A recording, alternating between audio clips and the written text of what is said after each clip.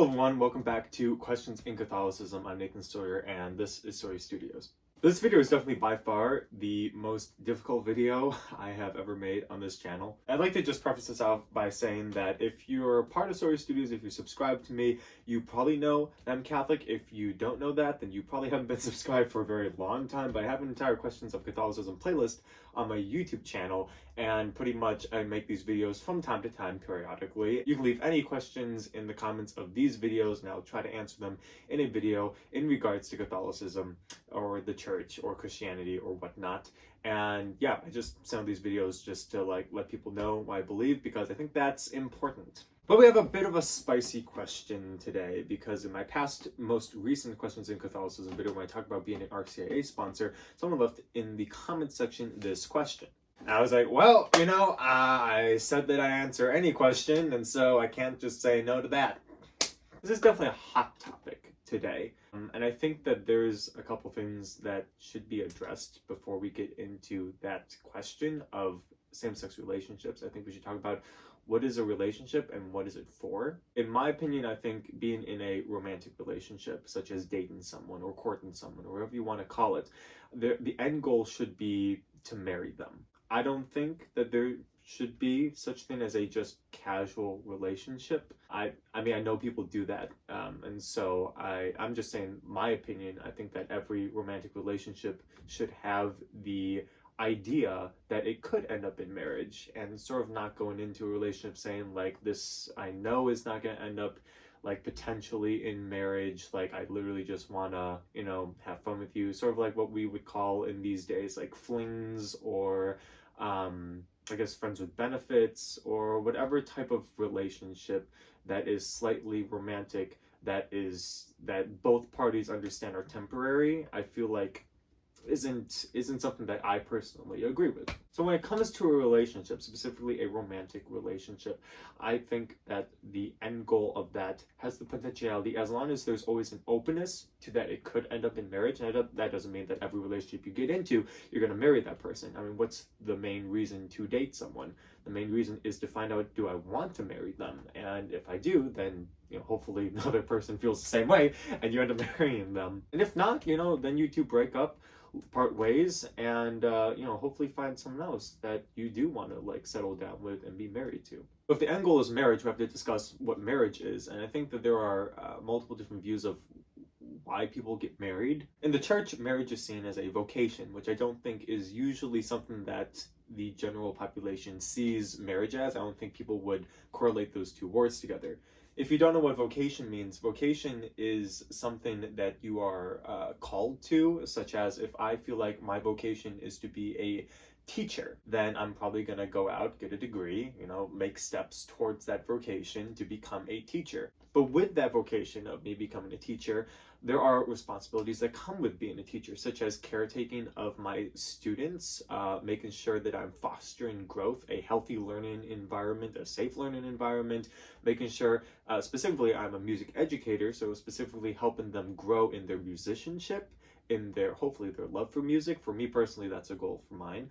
And for several things, probably like more of a curriculum level, it could be making sure that they get A's, making sure they pass the class, making sure that they're able to finish their degree. If it's a extracurricular, making sure that they are able to not just fulfill that requirement, but if it's completely voluntary, make sure they have fun. That would be part of it, I think. Make sure that they enjoy to love making music, and make sure that they can make music well. So doing everything in my power that I can. So there are several sort of like duties and responsibilities, you'd say, to a vocation of educating students, specifically in music. So just like marriage, the church sees that as a vocation. Not everyone is called to marriage, and those who are called to marriage have duties and responsibilities within that construct. There is one main role in marriage that marriage cannot exist without, and the analogy being, it's like chocolate chip cookies. Now, marriage is encompassed by a lot of different things. There's a lot of things that go into marriage, such as like making chocolate chip cookies. You need flour, milk, eggs, sugar, all that stuff. Some of the ingredients you can sort of like swap out. So like if you're allergic to dairy, you can use almond milk instead of like dairy milk and sugar. Maybe you want to use like Splenda or artificial sweetening. Or maybe for flour, you want to use something that's gluten-free. Or maybe instead of eggs, you just don't use eggs at all. I know a lot of eggless chocolate chip cookie recipes. But the one ingredient you need to make chocolate chip cookies is in fact the chocolate chips.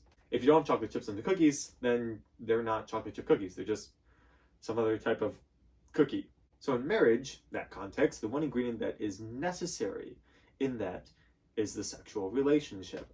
It's the one thing that makes the marriage relationship unique to everything else. And yes, I mean, this goes into, Catholics believing that sex is for marriage and only marriage. We don't believe in premarital sex. That should be between the intimacy of the husband and wife only, which is one of the things that makes marriage such a unique and special and amazing thing, is that it is the context for such a beautiful act of intimacy and lovemaking.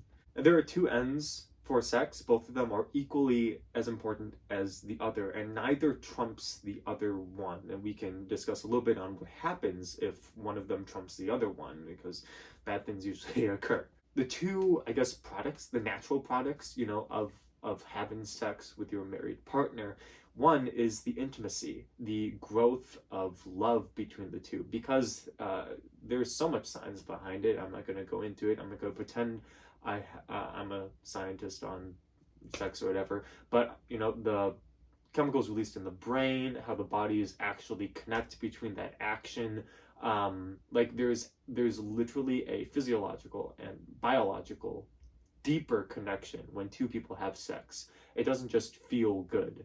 It feels good for a reason, because there is a literal deepening of that bond together at such a unique state. It's probably the closest two humans can be physically together, and almost emotionally as well, in a romantic sense. So it's meant to be a strengthener, a growth of a closer bond between two spouses. It's meant to share that and glue that together, so it's healthy for the relationship.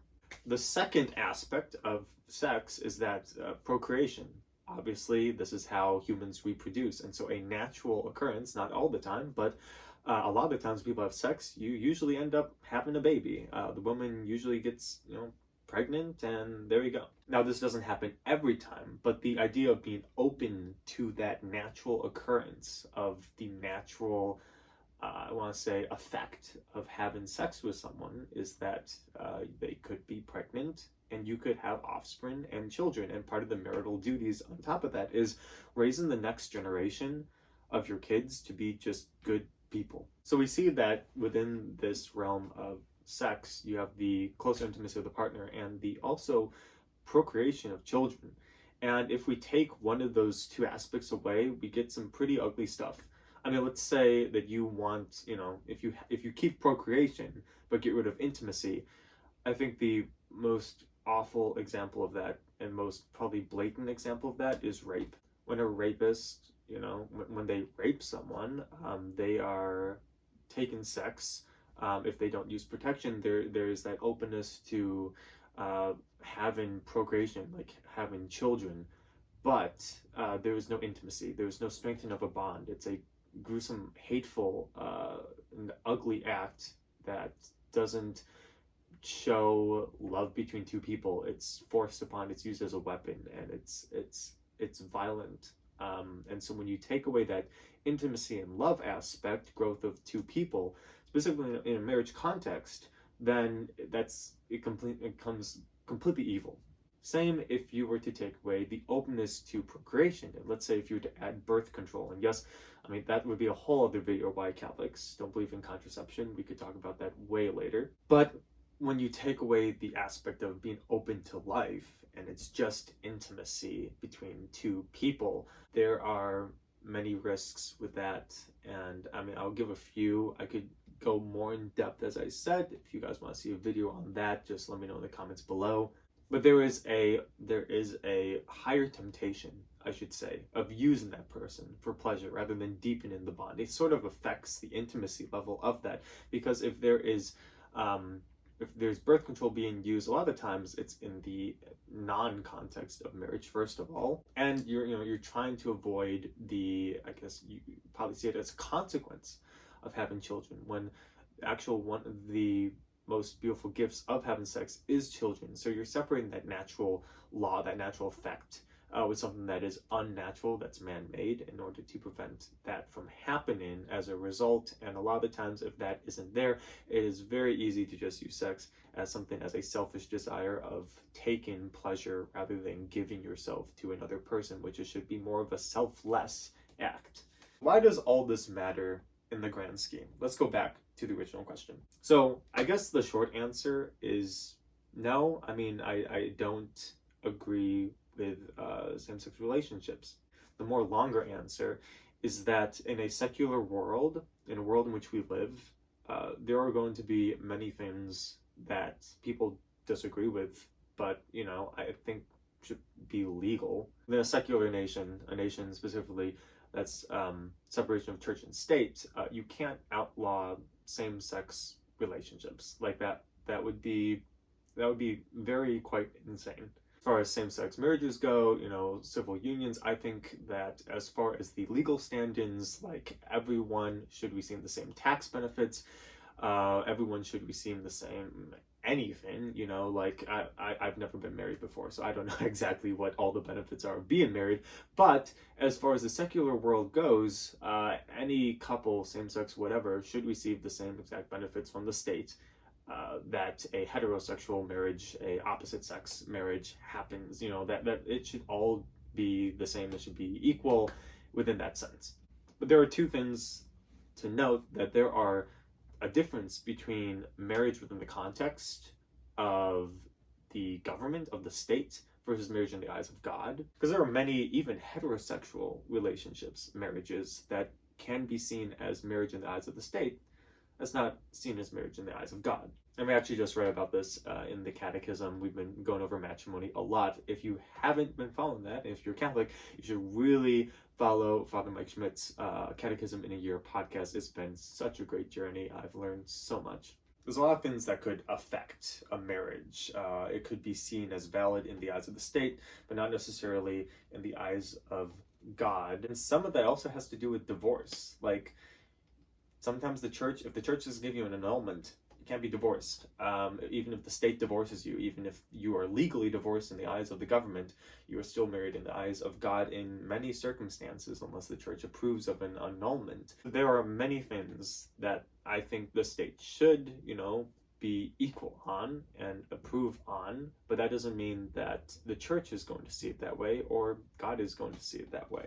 So as far as same-sex relationships go, I don't want them to be outlawed in the secular sense. Within the context of religion, though, if you want to be married under the church, under the Catholic Church, if you want to have that sacrament of holy matrimony, a priest to bless it, if you want that to be part of a mass, then I guess my question is, why would you want a church, a God, that doesn't, it doesn't condone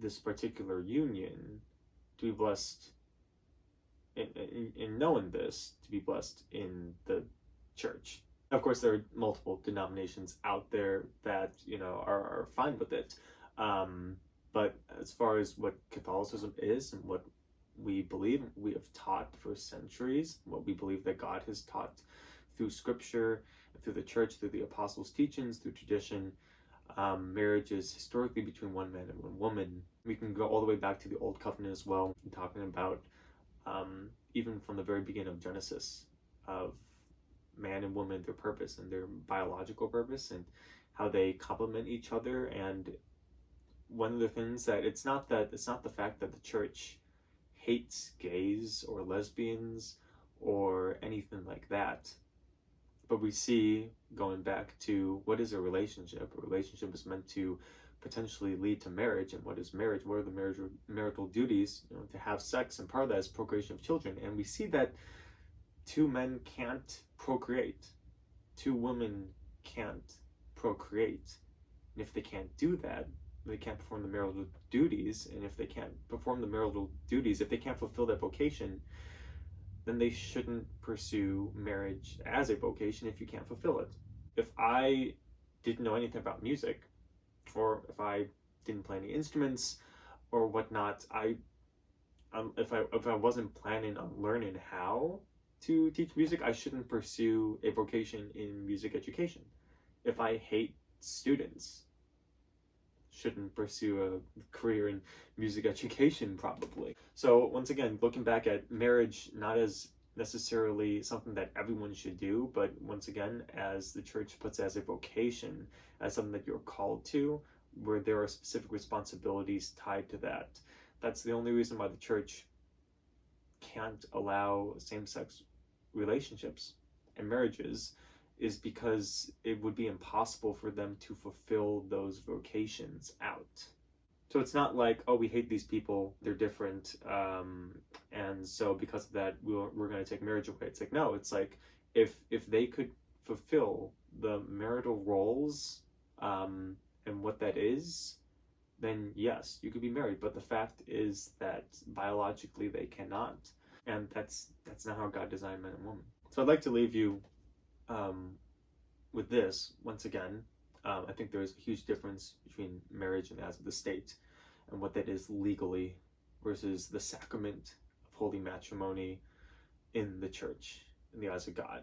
I think that, there are, once again, many even heterosexual couples that are married in the eyes of the state that would not be considered married in the eyes of God.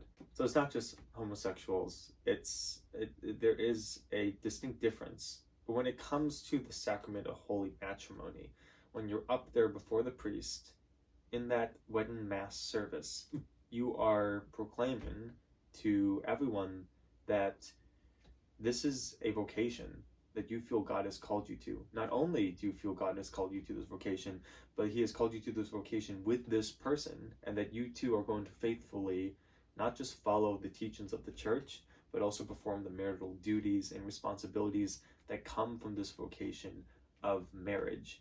And the church isn't saying you can't be married to same-sex couples because they want to be oppressive, but they're trying to protect them from making a false vow of promise in front of God, in front of the Holy Eucharist, in front of the priest, in front of the church body, that they cannot fulfill. So at the end of the day, the church takes these principles, what marriage is, what marriage looks like, of these duties, and then they boil it down to, like, who can fulfill this? And the answer that Scripture provides is a man and a woman. They can provide it. I know that's extremely taboo to say, and extremely countercultural, and yeah, it's not something that is, it's not a popular opinion today, but you all asked for it, and I hope that I was as charitable as I could be in this response. I also want to say, before I close off this video, that if you completely understand, if you want to unsubscribe, and I won't be salty at all. I will say this much though, I think that it's really healthy and really good to have conversations with people who have different views than you do. Because the more you talk to people who have different views, and obviously, your close-knit friends will always be people that you want to share values with. That's what makes friendships the strongest. Actually, I think that's what makes relationships the strongest, if you share values with that other person. But to keep people, in your life that disagree with you, one, it will help you strengthen your own beliefs, because if you hear something that you don't agree with, you can ask yourself, well, why don't I agree with that? And then when you think about why you don't agree with it, now you sort of understand yourself a little bit better, and you sort of understand why you believe what you believe better too. So you're sort of strengthening who you are as a person, what your beliefs are, and what your stances are, which is always good, because you want to be sure about that stuff. And also sometimes, when you disagree with someone, you might come to the conclusion like, I never thought about it that way. I think that there are, toxic people. I think there are definitely people who disagree with other people, and they're extremely, they just want to argue. They don't want to listen. They just want to be right. They just want to win, and they don't want to do anything but, push people down. And those people, I would say, you probably shouldn't keep those people in your life if you want people with diverse views. But if I didn't keep diverse people in my life, I would have never become Catholic. I grew up Protestant, and I disagreed with almost everything the Catholic Church said. But through a lot of discourse, and a lot of just, I guess, not meditating, but prayer and research and conversations. It was a journey. It was a journey. And I really appreciate all those moments. And even if it's not about religion, just about anything really, it's really great to hear why people believe what they believe. And I mean, the danger of having a disagreement with someone, I think, the reason why we sort of avoid that is because it sometimes feels uncomfortable, and it sometimes feels unsafe. Sometimes it feels like, and the reason why is because you have to make yourself vulnerable. You have to open yourself up to this person who is voicing that, I don't agree with your side.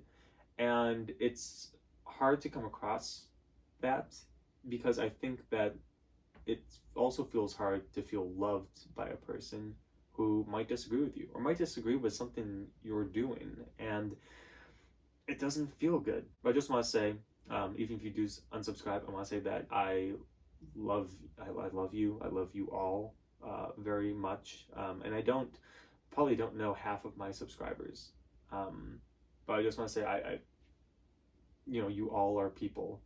And because of that, you are worth of human dignity and respect. You are worth to be heard, and you deserve to be listened to. You deserve, you deserve to have your own opinion and your own thoughts and your own reasons for that. But no matter where you fall, religiously, on the political spectrum, nationality, ethnicity, gender, whatever it is, no matter where that is for you, I want to say that I will treat all of my subscribers with the utmost respect on this channel, or in person if we were to ever meet. And so I just want to let you know that you are all worth more than you can ever possibly imagine. That is a true fact. And I hope that you do. I hope that you do stick around. If this video was challenging for you, if you disagreed with it, I do hope that you do stick around for the LEGO content, But I'm sure if you disagreed with this, you'll disagree with a lot of other things that I might say in the future in these videos. And if you ignore them, that's okay. But as I said before, I think it's really, really healthy to have good, civil, and polite and loving discourse with other people who don't agree with everything that you agree with. And yeah, so anyway, this is Questions of Catholicism. Very long video today, very heavy video today, but I had to make it. So as I said before, if you have any questions about Catholicism or anything like that, please leave a comment in the comment section below, and I will try to make a video of it as soon as possible. This video took way too long to make. Like, comment, subscribe, share this video. See you on the next one, and Nathan Sawyer, God bless.